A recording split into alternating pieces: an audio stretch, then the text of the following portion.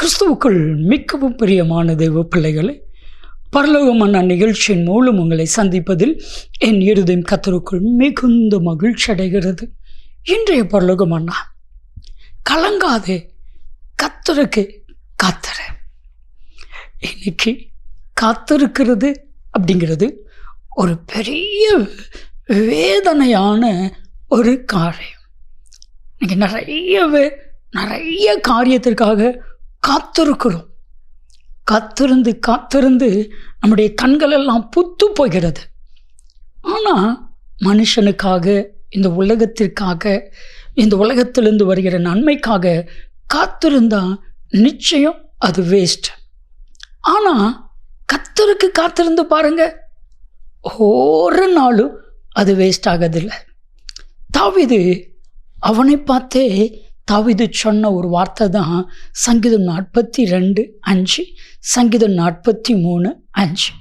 என் ஆத்துமாவே ஏன் கலங்குகிறாய், கர்த்தருக்கு காத்திரு, நீ நினைத்தது வரும். இன்னைக்கும் உங்களை பார்த்து கர்த்தர் சொல்லுகிறார், என் அன்பு மகனே, என் அன்பு மகளே, எனக்கு காத்திருக்கிற நீ வெட்கப்படுவதில்லை, நீ நினைச்ச காரியம் உனக்கு வரும். அன்பான தெய்வ பிள்ளைகளே, இன்னைக்கு கர்த்தருக்கு நம்ம காத்திருக்கிறோமா அப்படின்னு ஒரு கேள்வி உன்னை கேட்டால் நம்ம சொல்லலாம், இல்லை. மனுஷனுக்கு காத்திருப்போம், இந்த உலகத்திற்கு காத்திருப்போம், மருத்துவமனையில் காத்திருப்போம், ரயில்வே ஸ்டேஷனில் காத்திருப்போம், ஏர்போர்ட்டில் காத்திருப்போம், பஸ் ஸ்டாண்டில் காத்திருப்போம். ஆனால் கர்த்தருக்கு மட்டும் காத்திருக்க மாட்டோம். என்ன நியாயம் இருக்கு? கர்த்தருக்கு காத்திருந்து பாருங்க, உங்கள் கலக்கம் மாறும், உங்களுடைய வேதனை மாறும். ஆனால் நிறைய பேர் காத்திருக்கீங்க. இன்னொன்று, காத்திருந்து செபிக்கிறது அப்படிங்கிற ஒரு பெரிய டாபிக் வேதாமத்தில் இருக்குது. காத்திருந்து செபிக்க வேண்டும். ஸோ நீங்கள் காத்திருந்து செபிக்கும் பொழுது அது ஒரு நாளும் வீண் போவது இல்லை. காத்திருந்து ஜெபிப்பது ஒரு நாளும் வீண் போவதில்லை, அது வரும். நீதிமொழிகள் 13:12 வேதம் சொல்கிறது, வெகு நாள் காத்திருப்பது இருதயத்தை இளைத்து போக பண்ணும். என் அன்பு தெய்வ பிள்ளைகளை, பல ஆண்டுகளாக நீங்கள் காத்திருக்கீங்களா? உங்கள் இருதயம் வேதனையில் நிரம்பி இருக்குதா? நீங்கள் நினைச்ச காரியம் வரப்போகுது. கலங்காதிருங்க. ஒரு சகோதரர் சொன்னா, பிரதர், என் லைஃப்பில் குறைஞ்சது 50 வீடாவது நான் மாற்றிருப்பேன். எனக்கு ஆச்சரியமாக இருந்துச்சு அவர் சொல்லும் பொழுது. 50 வீடா? ஆமாம் பிரதர், 50 வீடாவது மாற்றிருப்பேன். ஏன்னா ஒவ்வொரு வீட்லேயும் வாடகைக்கு இருக்கும் பொழுதெல்லாம் ஒரு பிரச்சனை வரும். அந்த பிரச்சனையிலேருந்து வெளியே வர்றதுக்கு எங்களுக்கு வேறு வழியே இருக்காது, வீடை காலி பண்ணுவோம். இப்படி 50க்கும் மேற்பட்ட வீடுகளை காலி பண்ணோம். ஆவியானவர் ஒரு நாள் எனக்கு சொன்னான், எனக்கு காத்திருக்கிற நீ வெட்கப்படுவதே இல்லை, சொந்த வீடை நான் கொடுப்பேன்.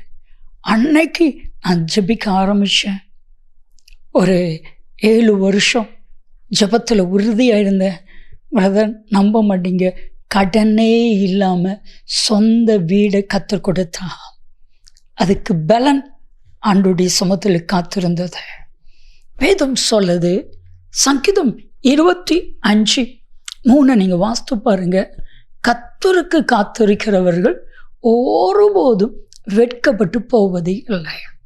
அப்போ மனுஷனுக்கு காத்திருந்தா வெட்கப்பட்டு போவோம், உலகத்திற்கு காத்திருந்தா வெட்கப்பட்டு போவோம், இந்த உலகத்தினுடைய பொருட்களுக்கு காத்திருந்தா வெட்கப்பட்டு போவோம். கர்த்தருக்கு மட்டும் நீங்கள் காத்திருங்க.